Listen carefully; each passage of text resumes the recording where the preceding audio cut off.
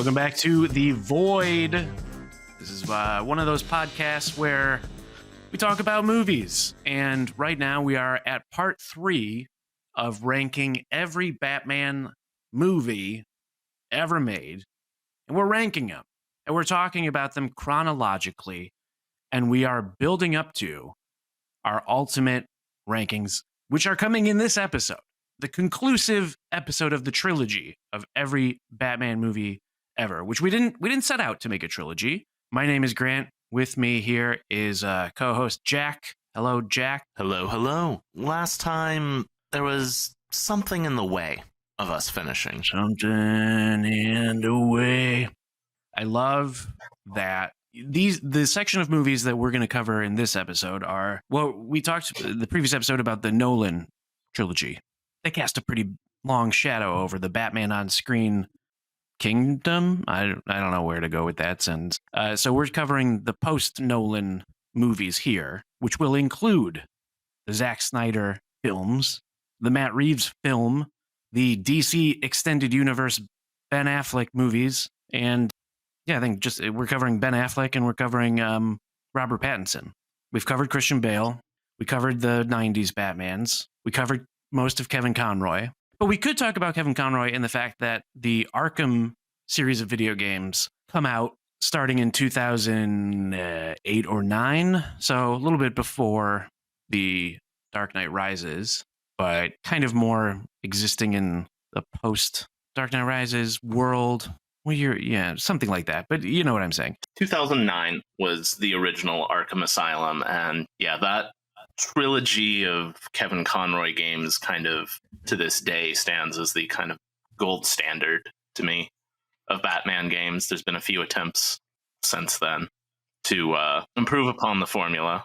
There was Gotham Knights, which Batman's not. I mean, Batman is in it, but he's not playable. And we have the upcoming Suicide Squad Kill the Justice League, which, if the leaks are to be believed, makes a mess out of this particular iteration of Batman. Yeah, it does. And I think he's also not going to be playable in that. He is playable in the Injustice games. I will say this for the video game versions of Batman is he usually looks terrible. I don't like the costume design in Injustice especially, but also in the Arkham games. I think what are the screws on his costume? He's got a bunch of there's also cloth. I guess I just don't understand. Is it a shirt? Is he pulling on a shirt, or is he like drilling the breast pieces on Batman's breast pieces and then the ab piece and then I've always assumed it's supposed to be like a Kevlar sort of situation. Right. So it's a shirt, a Kevlar shirt. Yeah. I mean, it's not that far removed from one of the suits of armor in our first movie we'll be talking about here today, which would be Batman v Superman, Dawn of Justice. Or Batman v Superman, Dawn of Justice, Ultimate Edition, which is better. It is a better movie. I have gone on a little journey with this movie where I like it. I like it okay. It's not as bad as I thought it was on my first viewing in Hollywood, California, Grauman's Chinese Theater. I think it was an early screening for the most hyped Batman fans to, you Google a thing. So me and some Bat buddies went and saw it.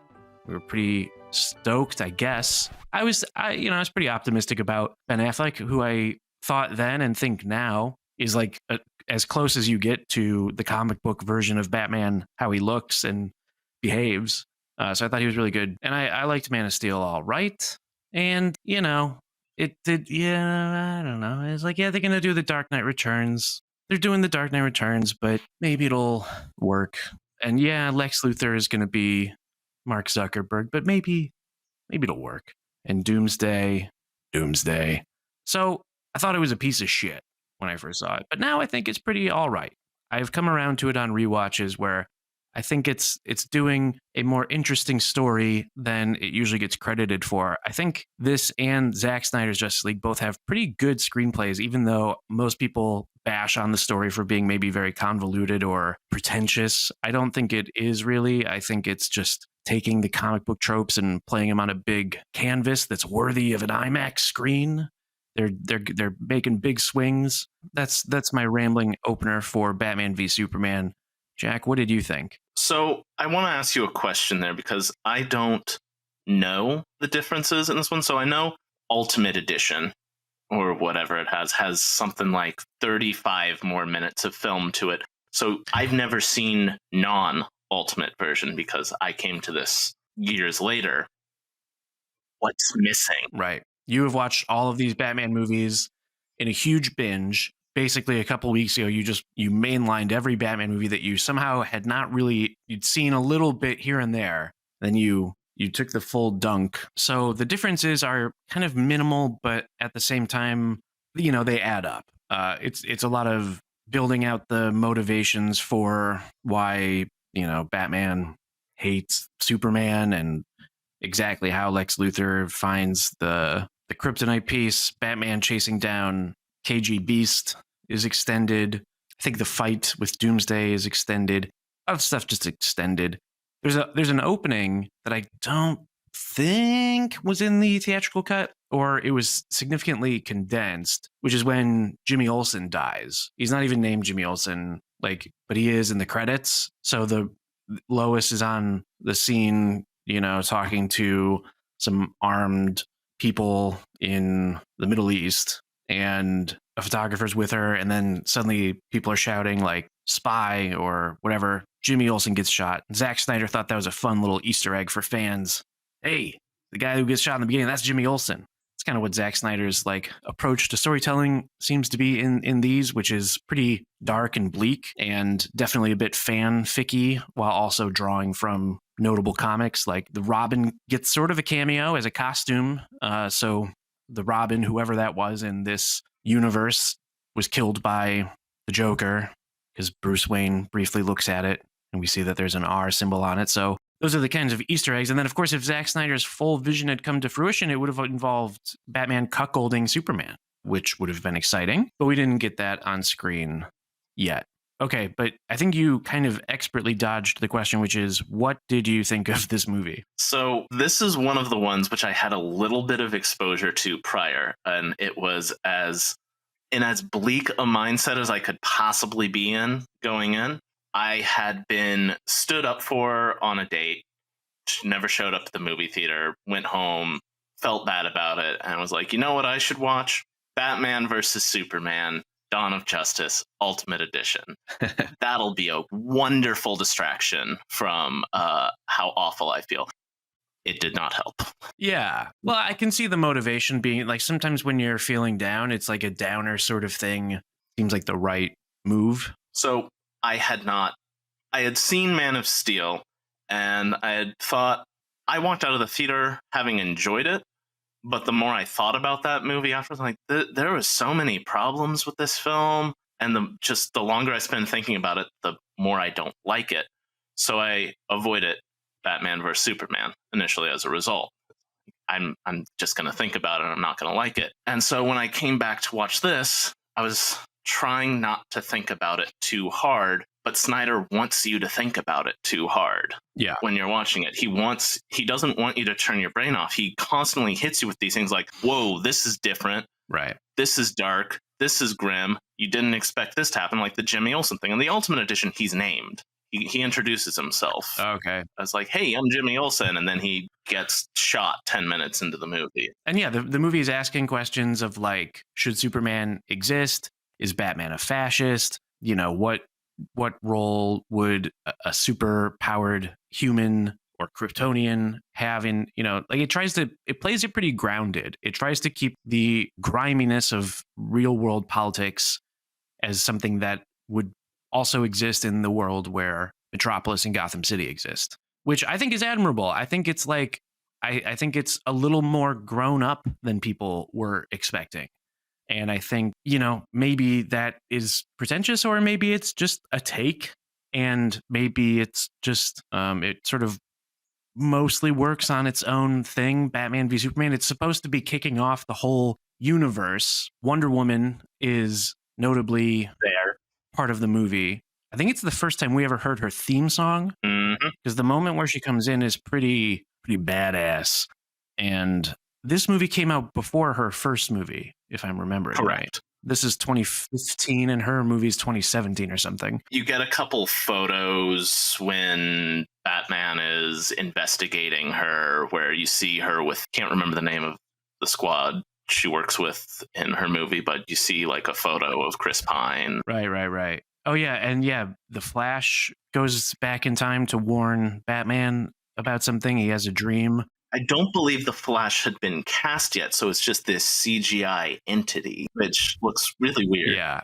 I can't remember if it was or wasn't Ezra. That said, this movie is swinging pretty hard with this vision he has for this darker, grimier, mistakes have consequences universe, but it doesn't feel earned in any way, shape, or form. Like, you get the hints that bad things have happened to these people and they're a little bit broken, but you don't see what they were like before. And you're asking for buy-in that I don't think the script supports. Yeah, I think the kind of storytelling is pretty clunky. It reminds me a bit of the Tim Burton Batman movies, where I do think they have pretty interesting screenplays that are maybe not the best directed, or the director is more interested in the visuals, it's fairer to say, than they are in like necessarily the plot mechanics. I think that's true for Tim Burton, and I think it's true for Zack Snyder too, because there are a lot of like the fight scenes they have like a weight to them that feels like a boxing match as opposed to a CG dance routine.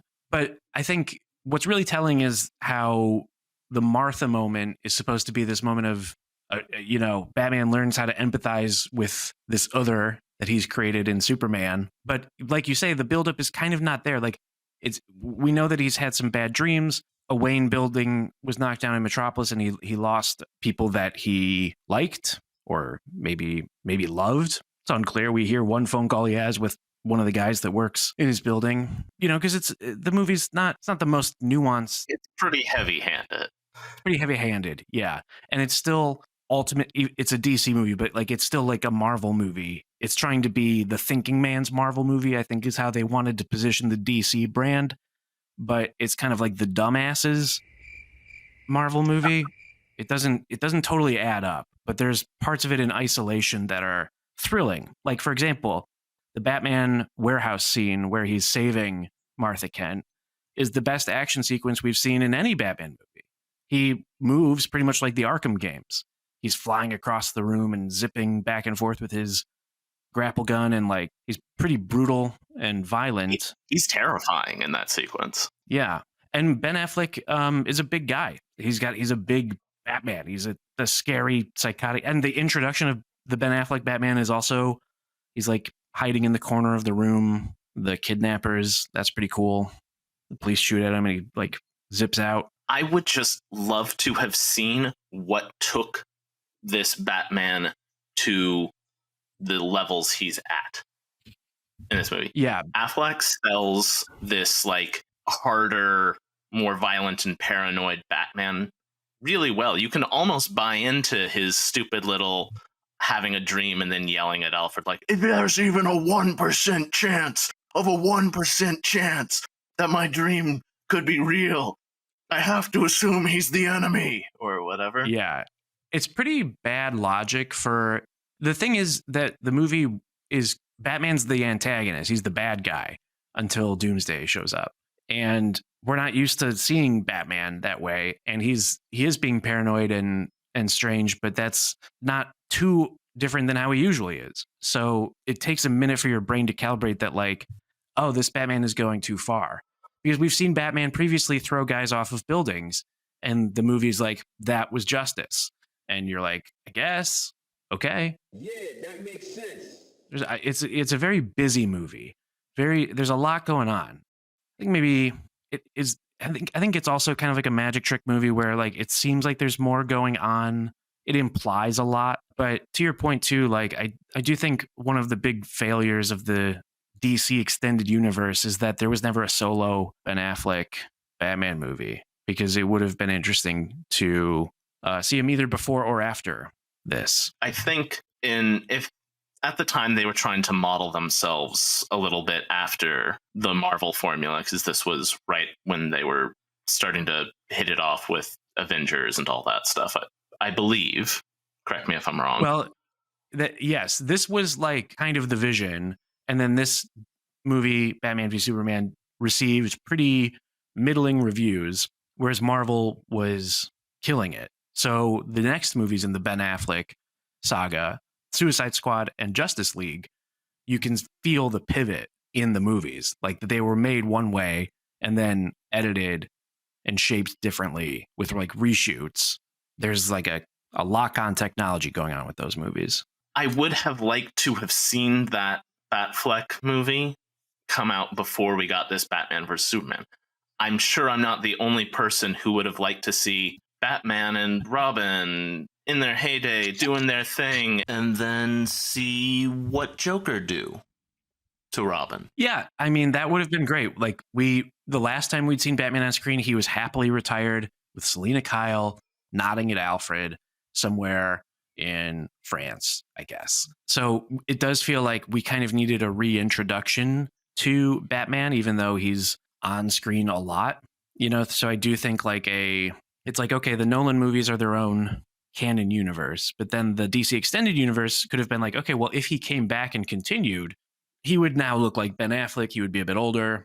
Now there's Robin and maybe Batgirl and Nightwing. Maybe you get the animated series cast, not the cast, but like the cast of characters. And I don't think you necessarily need to continue the continuity and canon of all of it. That's one of the big old problems that Marvel has created these days, is that everything needs to be connected. Yeah, as you've said, if we're coming back here, we need some kind of reintroduction to the character. And our introduction to the character is him dodging a shotgun blast and branding someone. Have I told you my really pointless fan canon theory before about the Batman movies, that they all kind of can work as one universe if you heavily squint and like really fudge a lot of details? Basically, just because like there's enough Batman movies that cover different points of his career. There's a couple of early Batman movies like Batman Begins and The Batman. There's a number of mid-career Batman movies like Batman, Batman Returns, Batman The Dark Knight, and then a couple of movies like Batman 66 and Batman and Robin, where he has a Robin, and then later movies where Robin is dead, like Batman v Superman, Dawn of Justice. Ben Affleck is the furthest in the future, like the oldest version of Batman that we've seen yet, until they do a Batman Beyond movie. It's obviously, it doesn't literally work, but like if you smudge the paper a little bit, you smudge the paper and you just assume that these are all different interpretations of the real Batman.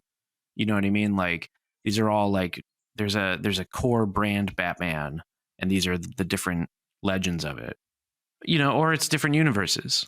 If it, you know, but maybe it's not cosmic. Maybe it's more just like mythical. Anyway, what else is there to say about Batman v Superman? Yeah, so Suicide Squad is the next one, and what a huge piece of shit that is. I wrote one sentence about this movie. What sentence did you write? Useless role. Doesn't develop the character at all. It's a cameo. It is a cameo. It is kind of neat, I guess, to see a Batman action sequence that you don't usually see in live action, which is him like jumping on a car and like holding onto it as it's racing down the alleyway, I guess, is where they are. Now, the scene, as memory serves, is establishing Will Smith's character's backstory, correct? Right. Yes. And then for some reason, he's in a car chase with Harley Quinn, right? I don't remember, to be 100% honest. Okay. You might be right on that. This is just it's such a forgettable movie that you want to forget as soon as you finished watching it. Yeah, I haven't seen it since it came out, to be honest, but I thought there was, and maybe it wasn't, because he ends up diving into the water, right? That sounds correct. So yeah, I think there is a scene that I just do not, my brain has just blotted out the existence of. I want to say it's a car chase with Joker and Harley Quinn and Batman. And I think that's the like one interaction that Ben Affleck Batman gets with this version of Joker. However, maybe I'm just making this up. It's possible that I'm just like imagining, or it was in another cut of Suicide Squad, or mixing it up with Birds of Prey. Was it possibly, I don't think he makes a cameo in Birds of Prey, but He is not in Birds of Prey, to my knowledge. okay. Hi. Jack here with an editor's note. I went back and rewatched this movie because of our discussion here to confirm the status of these scenes. Yes, this scene does exist. Yes, it's very stupid. Yes, it accomplishes nothing. Technically, the Joker and Batman are in this scene, but they are never in the same shot together. Batman jumps onto the top of Joker's car. Harley Quinn shoots through the roof of the car. Joker crashes the car into the ocean. Harley Quinn fakes drowning and tries to stab Batman when he tries to rescue her. Then they kind of have a weird kiss when he tries to CPR her, and that's it. This is a very stupid movie. Anyway, Jack out. But yeah, there's also the moment with Will Smith's character, Deadshot. He swoops into an alleyway and confronts him. I really don't remember that part other than that. I believe his daughter's there. I think he gives a little speech about, like, don't do something incredibly stupid in front of your daughter, and I think he gives up peacefully or something to that effect. Yeah. Instead of violently. Yeah. So you know that this man can be rehabilitated or whatever, so you should root for him. Right. Anyway, great. Cool movie. Moving on. I mean, it's just a cameo, so it's only worth a cameo conversation. It launches the Margot Robbie Harley Quinn, just a great character, but not in that movie. Not great in that movie. Also, I think it's the first appearance of Amanda Waller. Mm-hmm. That's a great version of Amanda Waller, but that's an entirely separate conversation.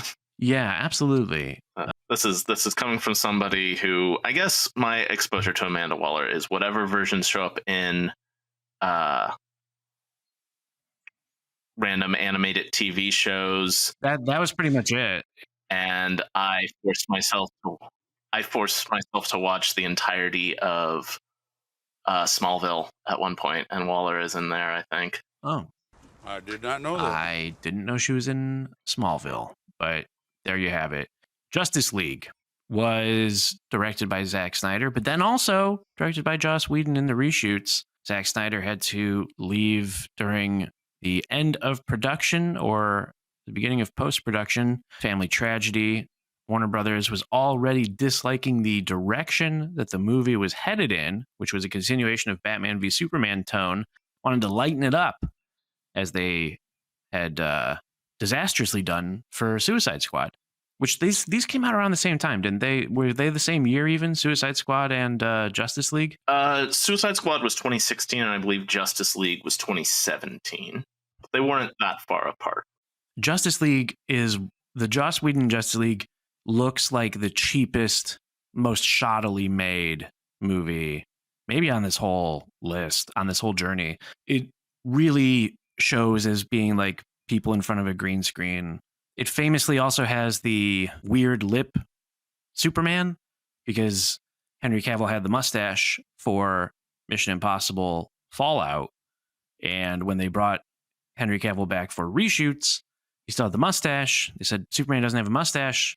He was like, Tom Cruise was like, tough shit. And then Warner Brothers instead they wasted a bunch of people's time making Superman have a really weird upper lip. It is also notable for being a huge stinking piece of shit. I mean, is it like, okay, so it opens with the cover of the Leonard Cohen song, Superman is Dead, is where we're picking up. Cover of a Leonard Cohen song? That sounds like a Zack Snyder thing. Yeah.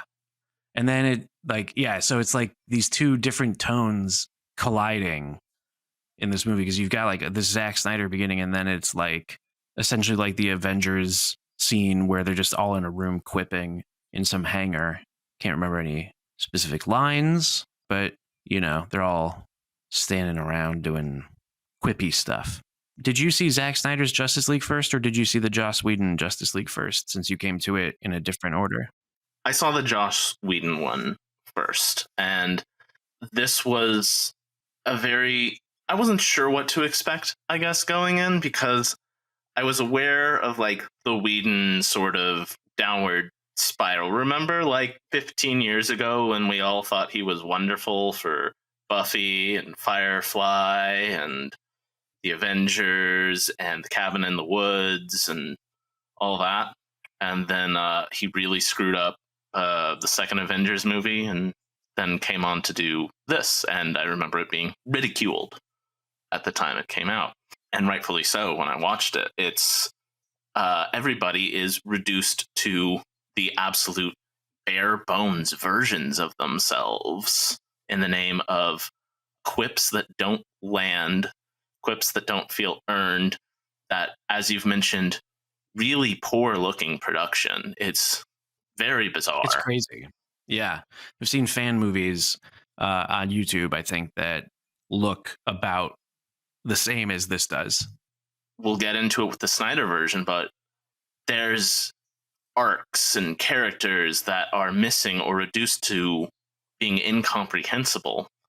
And anything that is a reshoot is very obvious.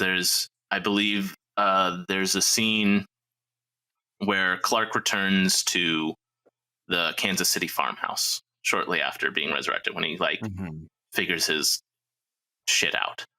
And in the Whedon version, a bunch of shots, there are reshot things that are reframed and have like a different lighting, and it looks horrible.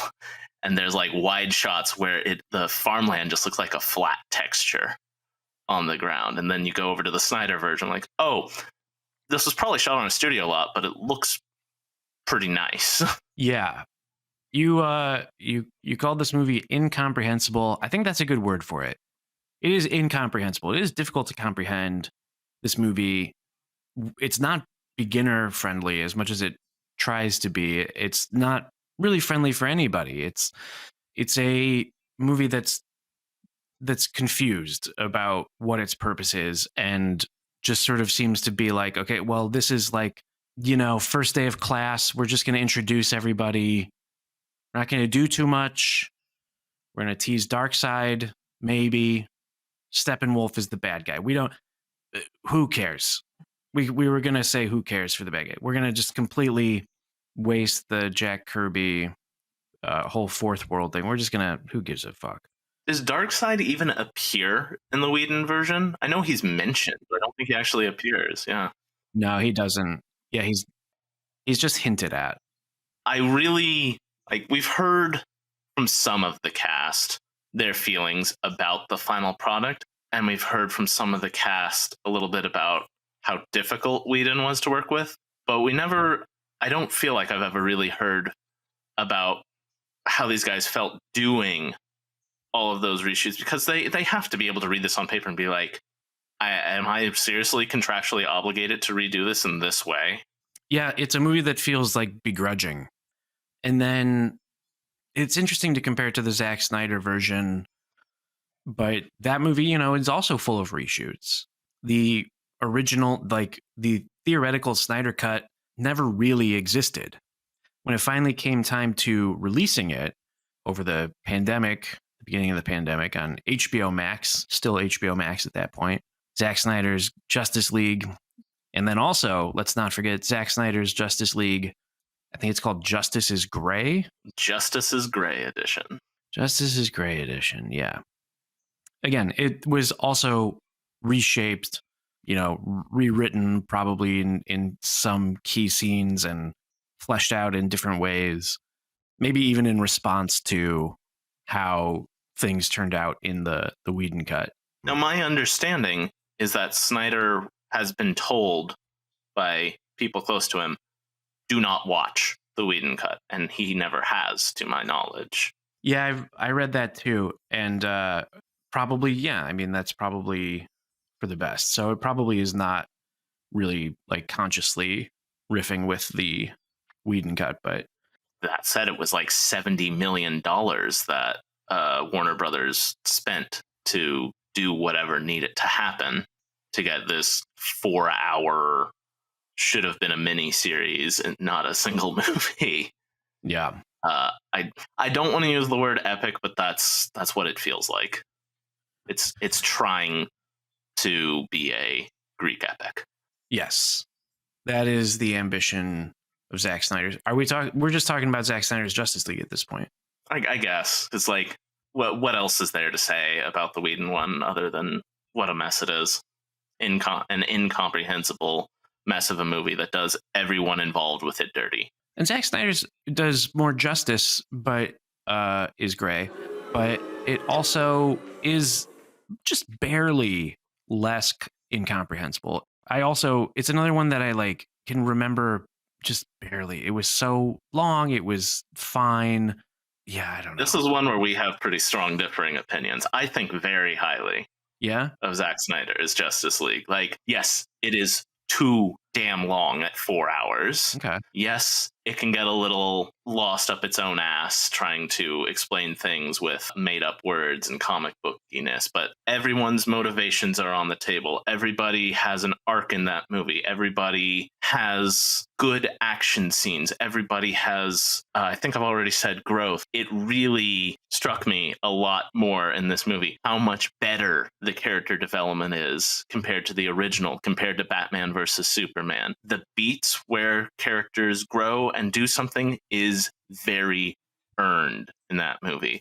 It takes a long ass time to get there, but it actually makes sense and is earned. You have this, like in the Whedon version, the Flash has this dumb thing where it's like, let's save a random Russian family for the sake of saving a Russian family. And in this one, you have the Flash going through this whole thing of like, I want to do this, but I'm scared. I'm a little bit incompetent, but I kind of know what I'm doing. And then he has his big time travel sequence, which sets up future events. The entirety of Cyborg's arc is restored, which is the biggest plot thread character arc that, like, because Cyborg is barely in the Whedon cut, and he's sort of like the heart of the movie of the Snyder cut. In the Snyder cut, you have Wonder Woman, who's kind of already gone through her arc of figuring out how to reintegrate with humanity, acting as almost a mentor type character. Her arc is focusing her grief as she learns what happens to her island into mentoring these people and sort of leading from the background this team. For all intents and purposes, Batman is supposed to be the leader, but he doesn't really know what he's doing. And once again, Affleck does a great job in that. Yeah, I thought so too. I thought actually both versions, the Whedon version is,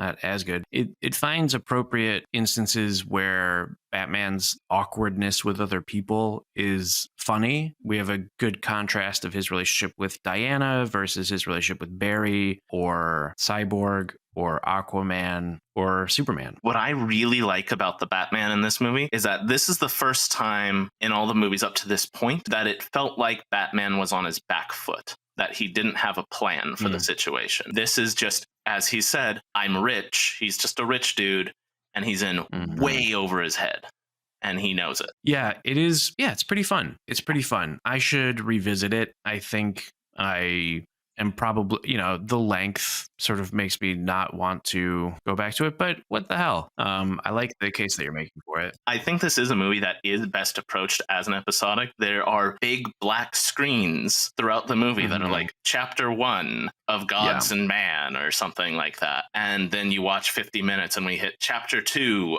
the Time of Heroes or whatever. I'm getting the chapter names wrong. Somebody in the comments tell me what an idiot I am. Point is, it was designed as a limited series, and it should have been released as such. Yeah. And, you can easily just pause it streaming, watch it like how I watch The Irishman, movie I love, but also approach usually in miniseries format. So maybe I'll do that with the Snyder Justice League, and maybe that would change where it lands in my rankings. But let's move on. We have just a few more, and we're so close to the end that, we got to make it. So there's Joker, there's The Batman, and then there's The Flash. Those are the 3 remaining.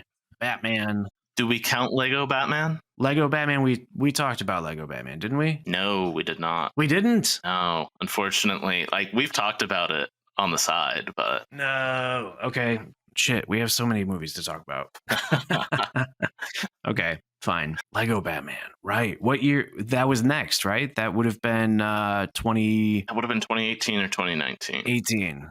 Yeah, right. The Will Arnett Batman, introduced in the Lego movie as a fun parody of how Batman's, very egotistical and self-consciously cool and a dickhead. He's a Will Arnett character, and that makes a lot of sense, and it's funny. And the Lego Batman movie is sort of a less good Spider-Verse. This is one where I thought I liked this movie a lot because I like that it's kind of embracing the Bat family. So, I appreciate that Michael Cera gets to play Dick Grayson Robin, and that he's important to the plot, and that Batman's relationship with the Joker is parodied, and there's some fun, but it does also kind of feel like a very 20-teen animated movie in hindsight. It just, more I think about it, the less I think I like it. The last time I watched it was on an airplane. It helped pass the time.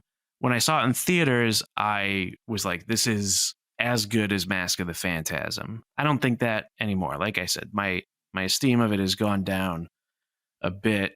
And I think you hate this movie, right? This is a tale of two movies to me. Yeah. The first half of this movie is a fun parody playing off the Dark Knight Joker Batman dynamic. They specifically talk about, hey, what about that thing you did with the boat and stuff like that. Michael Cera gives the voice acting performance of his life as Robin. Will Arnett's super egotistical take on Batman is funny for a bit, but like by the fourth time I hear that his favorite meal is lobster something or another, that joke has run dry. Yeah. And then they use the Phantom Zone to make this entire movie a look at what IPs we own project, and it becomes a mess. Yeah, it's true. It does Space Jam: A New Legacy itself. And it did it before Space Jam: A New Legacy. It was the proto Space Jam: A New Legacy. And yeah, you're right. At the time, I remember hearing people like, the Daleks are in there. I'm like, wow, I love Doctor Who. That's so cool. And then I thought about it. I'm like, that's really dumb. Yeah. It's really dumb. Yeah. I mean, this was the time of Ready Player One, maybe, or Wreck-It Ralph, where all the rage was seeing little nods to the IP that you know from someone else. I am bad guy, but not a bad, how do you say, guy? I don't know what that... It's supposed to be Zangief from Wreck-It Ralph. Oh, yeah. And I say, Zangief, you are bad guy. But this does not mean you're bad guy. Lego Batman. Putting the pieces together, and it adds up to airplane movie.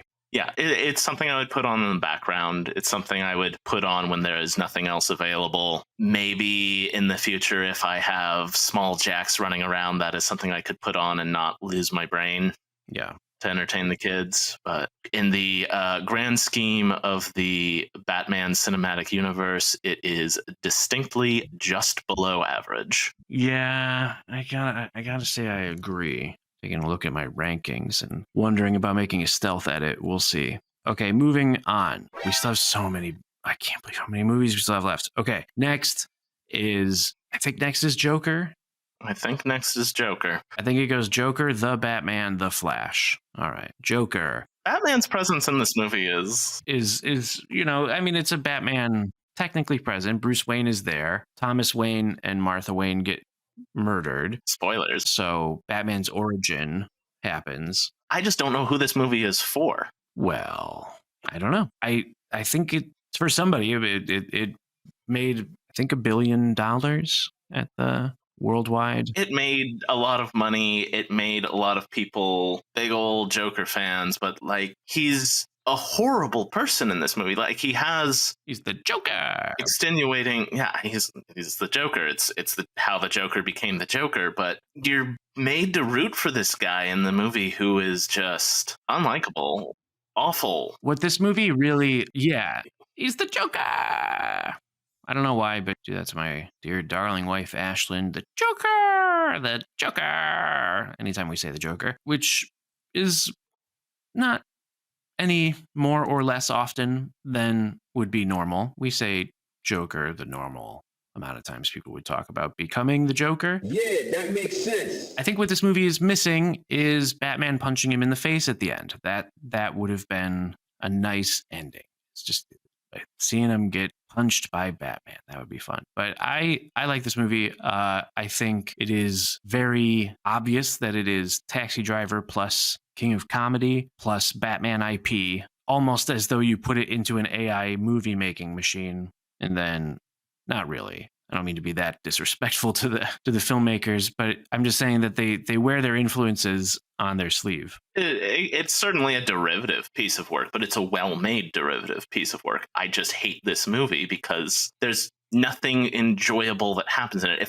There's other better movies I can watch if I want to watch 2 hours of just people having awful times. You know what I liked about this movie is for the first time, I felt like Joker had an origin that made sense for how the Joker is. Like the Joker's origin in Batman 89, and usually is like he's a mobster of some sort that falls into a vat of acid and then he becomes a clown. And then the Dark Knight is like, okay, he uses the clown thing as a ironic way to scare people, like war paint, to have a signature. And then here it's like he's like raised by television, idolizes this talk show, has a job as like a clown, is trying to perform. Like it takes some elements from the Killing Joke origin, but makes it more believable.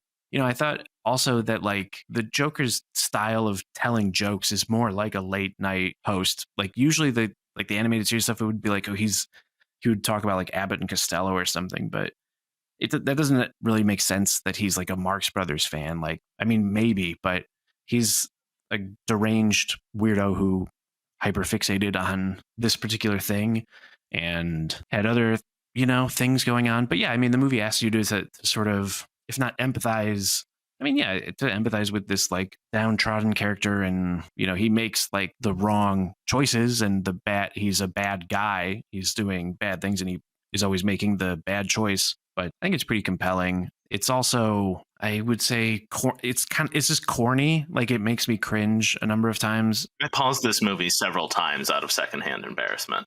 Yeah, there's too many slow motion sequences set to the Sinatra Send in the Clowns. There's just too much of that kind of thing. The overall arc, him kind of becoming the villain, makes sense. His kind of acceptance of what he is gets there. What I don't buy into the like citywide riots, he now has an army at his disposal thing, like based off of we don't like capitalism and somebody dressed up as a clown murdered some tech bros on a train.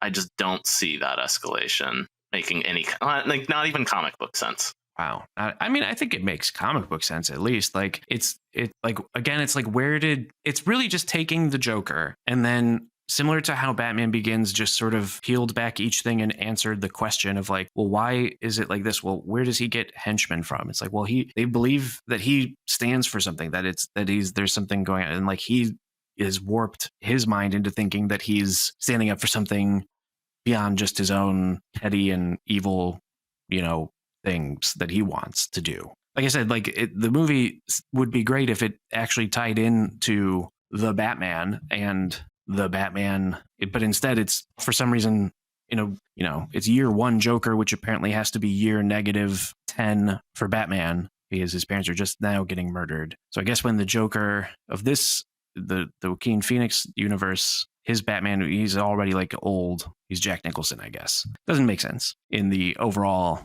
fitting it together timeline, but it kind of does at the same time, because Batman 89 is like, oh yeah, the Joker killed Batman's parents. Batman Begins is like, no, it's Joe Chill. And Joker is like, okay, it was Joe Chill, but maybe it was during the Joker riots. And if you want to lead it into the Batman, there's a deleted scene in the Batman featuring a in-prison Joker. True. Played by Barry, you say his last name. I'm afraid to. Keegan? Keegan. Keegan? Could be Barry Keegan. Let's go with Keegan. And yeah. Yeah, he's the deleted scene Joker in The Batman. Definitely one of my top 10 favorite Batman movies. Really like the vibe of it, like that it's going for the Dark Knight detective focuses on the Batman-Gordon relationship. Yeah, it expands the Batman musical sound by adding Nirvana. I like Paul Dano as the Riddler. I love Zoe Kravitz as Selena Kyle. I love Alfred and so on and so forth for Gordon. It's a great cast. It's well directed. The third act is where it just feels like kind of the Batman Begins problem of like, oh, you had this great sort of character tension, psychological thriller drama, and then becomes citywide stakes and giant flood and got to save the city in a more literal way. I feel like he did not save the city in this movie. Yeah, he doesn't stop the flood, but he becomes a hero. For saving the mayor? He saves somebody else at the end. It's like somebody that he's putting into a helicopter. This was a weird one for me. There's parts of it I really like. I see all the praise out there for it. I see how much people love it. But with me, it was sort of annoying because it was so concerned with all this gorgeous cinematography, and whenever we go try and do anything that resembles character development with Bruce, it's just like, boy, Robert Pattinson is really uncomfortable in his own skin, but he's okay when he's Batman.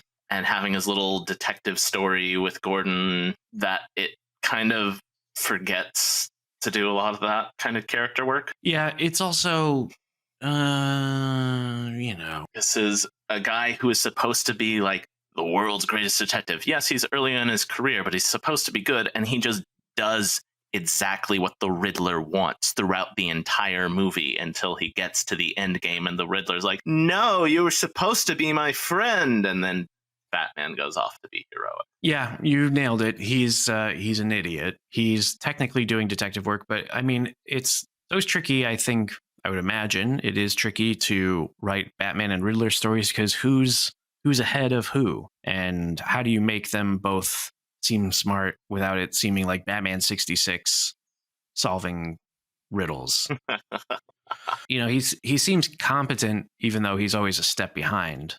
But if you take a step back and look at the whole story, he seems like a himbo idiot, brooding dork, which, is kind of a look that I don't dislike on Batman. He is a weird guy doing a weird thing for sort of an understandable reason, but, very misguided. Throughout these, we're on part 3 of this now, you've repeatedly said Batman is a weird guy doing a weird thing. This is the first movie where I've really felt that. Yeah. I would love to see where this character goes. You have this kind of feels like it was added by the executive's voiceover at the end where he's like, oh my God, I need to be something more. I finally realized I have something to stand for and not just punching dudes in the face or whatever. Yeah, Batman out. We'll see where that goes because you have now like a possibly crippled Alfred along for the ride because he barely survived a bombing in the movie. I'd like to know more about Andy Serkis's Alfred. I love Andy Serkis as an actor, but he didn't get to do much.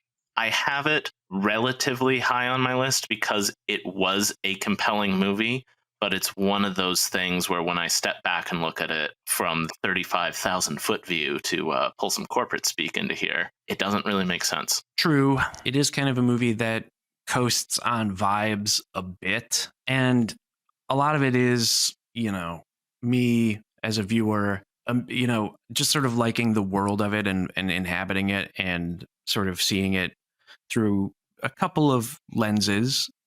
I like what it's going for, maybe more than I even like how it comes out in the end. A movie that I don't like what it's going for and hated how it came out in the end is The Flash. So before we get into that, I want to set expectations, I guess, here. In your mind, is the Michael Keaton in this movie the same Batman as the Burtonverse? I don't know. I don't think it matters, but I do think that it might as well be because this Michael Keaton Batman does so much crazy CG fighting. He's doing flips and all this kind of acrobatic stuff that puts even the Ben Affleck Batman vs. Superman warehouse fight to shame. That, it's like, well, maybe he was doing that all off screen in between the moments that we got to see in Batman 89 and Batman Returns, where he's very stiff and can barely move. And gets introduced by getting shot in the chest. Yeah. And speaking of the musical palette of the character, The Flash also establishes that Batman would listen to Chicago, which I guess makes some sense. Maybe they chose 25 or 6-4 to have it as a Batman song, which I kind of like it. I think it works well enough. It's a great song. Great song. And like Michael Keaton in this movie, it's indecipherable. Nobody knows really what it means. And nobody really knows why Michael Keaton is here. He doesn't get a great send-off. His character dies kind of suddenly and 5 times. 5 times, and then gets unceremoniously replaced by George Clooney. Yeah. I suppose it's supposed to be a little tongue-in-cheek thing, because at this point we all know that they're wrapping up the DC Extended Universe, or whatever it's called, because James Gunn is coming in to do his thing. And let's not forget, Ben Affleck does appear in this movie and does have an action scene, and then has a weird little quippy moment with Wonder Woman, which was fun. Yep. It was fun. Yeah, it was fun and fine. It felt like a continuation of the Whedon version, which I think is the canonical version of Justice League in the DCEU. That's unfortunate. Yeah. Maybe I'll return to this, but I almost want to talk about the weird nightmare scene at the end of Justice League. Oh, yeah. Oh, sure. Yeah, let's talk about the nightmare with a K, future world. Please. The nightmare is a scene that was specifically filmed for the Snyder version of Justice League. You brought back the Leto Joker, you brought back Affleck, you have this weird CGI version of Ezra Miller, and you have what's her name from Aquaman. Why can't I remember her name? You'll tell me in a minute. There. And it's this weird, bizarre future tease that just feels like Snyder saying, make this canon. I dare you. Because you're teasing this, here's what could have been universe if you had let me kept going down my road and build this out. Now, I don't think he earned being able to do that, but I think it's amazing that they let him do this scene. You got a Leto version of the Joker that was watchable and interesting, and you had a Batman that straight up said to his face, I will murder you when this is done. You see these things, and you want to know more about how it got to this point, which, once again, Snyder fails to give you that. How did we get to this point? And thinks he's earned it without earning it. But at this point, I think it's more just like he knows he's not going to earn it, so he's just going to show you what could have been. And love that sequence. Yeah, I think he likes sketches and short films and scenes that are the whole movie unto themselves. I think he is a director that likes viewing movies as a collection of scenes that add up to a whole, but each stand on their own as well. I would argue that the nightmare scene is just better than the entirety of The Flash, that movie. Want it to be funny, want it to be heartfelt, want it to send a big message about growing up and accepting your problems and all that, which is very in line with Flash stuff, but doesn't do it very well and gets lost in time travel multiverse wonkiness that it starts getting a little self-celebratory with for no reason whatsoever, and starts reanimating corpses just to kill them, incidentally. I mean, they're all getting wiped out in that sequence. I don't know. It's a rough movie. It doesn't do any of the Batmans that appear in it justice, even though they're all supposed to serve as mentor characters, but beyond Ben Affleck, they're all going through it in some way, shape, or form. Yeah, it's stinky. It's too bad, because I think the director is talented. Maybe. I don't know why I think that. I think maybe I just read too many other press releases that said he is. Because this movie is not... But I can't say it's poorly directed. I do think Ezra gives a good performance. I do think that Michael Keaton is as good as he's been as this character before. I think he's still got it. It's kind of a shame that the vision of Michael Keaton as the Nick Fury to the DC universe didn't happen, because I think that could have been cool. Could have maybe worked. Also, Ben Affleck could have worked. And Robert Pattinson could just pick. There's so many Batmans. There's so many Batmans. Yet I don't think Hollywood will ever have the willingness to do what you're asking them to do. Yeah, I don't think so.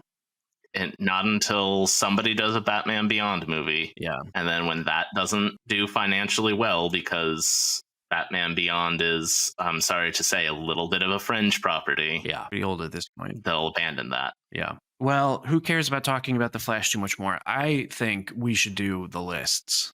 What do you say? We're finally here. We have our list. Oh my God. Oh my God. 17 movies. 17 movies. Okay.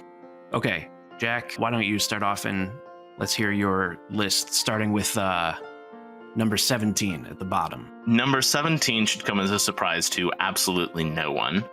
I've got Suicide Squad bottoming out this list. Batman was nothing more than a cameo and not a very interesting one. At 16, I've got Batman and Robin. Just what a terrible film. 15th, I've got the Joss Whedon version of Justice League. It is, as I said, incomprehensible. Coming in at 14, we've got The Flash, also pretty much incomprehensible, at least as far as Batman is concerned. At 13, I've got Batman vs. Superman, Dawn of Justice, Ultimate Edition, because that is the only version I've seen. Swung for the fences, didn't land. At 12, I've got Joker, because I just don't know who this movie is for. At 11, I've got Batman Forever. We're starting to get into what I feel are watchable Batman movies at this point. At 10, I've got Batman Returns. Love parts of this movie, hate other parts. Number 9, I've got Lego Batman. Great first half, terrible second half. At 8, we've got The Batman. Number 7, we have Batman Begins. At 6, I have Batman 89. And then for the top 5, we've got, coming in 5th, Dark Knight Rises, which wanted to hate that movie, didn't hate it as much as I thought I would. Kind of like it, turns out. Number 4, we've got Mask of the Phantasm, movie that has no right to be as good as it is. Number 3, I've got Batman 66. I love this movie. It is so dumb. It is so funny. It is a wonderful piece of comfort film. At number 2, I've got the Zack Snyder version of Justice League. I think it is, wow, a incredible miniseries. Probably shouldn't have been a movie. Wow. But coming in at number 1, surprising probably nobody, is The Dark Knight. Wow. Well, our lists are pretty similar. Pretty damn similar. I'll go through mine quickly. At the bottom is Suicide Squad, just like you. At 16, Joss Whedon's Justice League. 15, Batman and Robin. 14, The Flash. So, kind of the same, but in a different order. Pretty similar. At 13, we differ on this one a lot. I have Zack Snyder's Justice League. Wow. I think it's too long. It's too boring. I should give it a revisit, but I thought that it was kind of just like a slog. And it's interesting, sort of, but also not really. And I have a hard time putting it above any of the other ones. So, wow. At 12, just above it, I have Batman 66, which I would say everything from here, and, even Zack Snyder's Justice League, we're in watchable territory. Only the bottom 4 are real fucking bad. I can't believe you have Batman 66 this low. Like, it is. It's boring. It's good in like a scene or two, and it's like you get the idea, but it's a movie that reliably puts me to sleep. Number 11, the Lego Batman movie, which I had higher and I think dropped because I think it's Batman 66, but in 2016 or 17 or 18 or whatever it was. Number 10, Batman Forever. Some of it is nostalgia for summer 1995. Other parts of it is just like, it's campy. It's a bit too campy, but it's sort of not too much. It is too much, but it is, at the same time, it's not too much. It's all right. Number 9, I got Joker. Really? I know who this movie's for. It's for everybody. It's a movie that, it's what's this Joker guy about? Well, this movie gives you a credible explanation for where Batman's arch nemesis, Joker, could credibly come from. And I think it's a pretty good explanation. This is not a movie for everybody. Movie for children. At 8, I have Batman v Superman, Dawn of Justice. I like it. Number 7, I got Batman Mask of the Phantasm. I also like it. 6 is The Dark Knight Rises. 5 is The Batman. 4 is Batman Begins. 3 is Batman Returns. 2 is Batman 89. Number 1 is also The Dark Knight. I'm seeing a trend here that you really, really have a big old fondness for Michael Keaton movies, minus The Flash. Well, I like, 89 and Returns are top tier. I like them a lot. I think those and the Nolan movies are the best, and then everything else is chasing it. But we could keep talking. Lord, we could keep talking, but we're not going to, because I'm tired of talking. But hey, you could tell us your list. Maybe you already have, but maybe you've been waiting patiently to share your list with us of your top Batman movies. And also, you could suggest topics if you want. Go for it. We're not going to stop you. We conceivably we would listen to you. Got nothing. Oh, you got nothing. Okay, good. That's a good place to end. We got nothing. We're tired. Goodbye.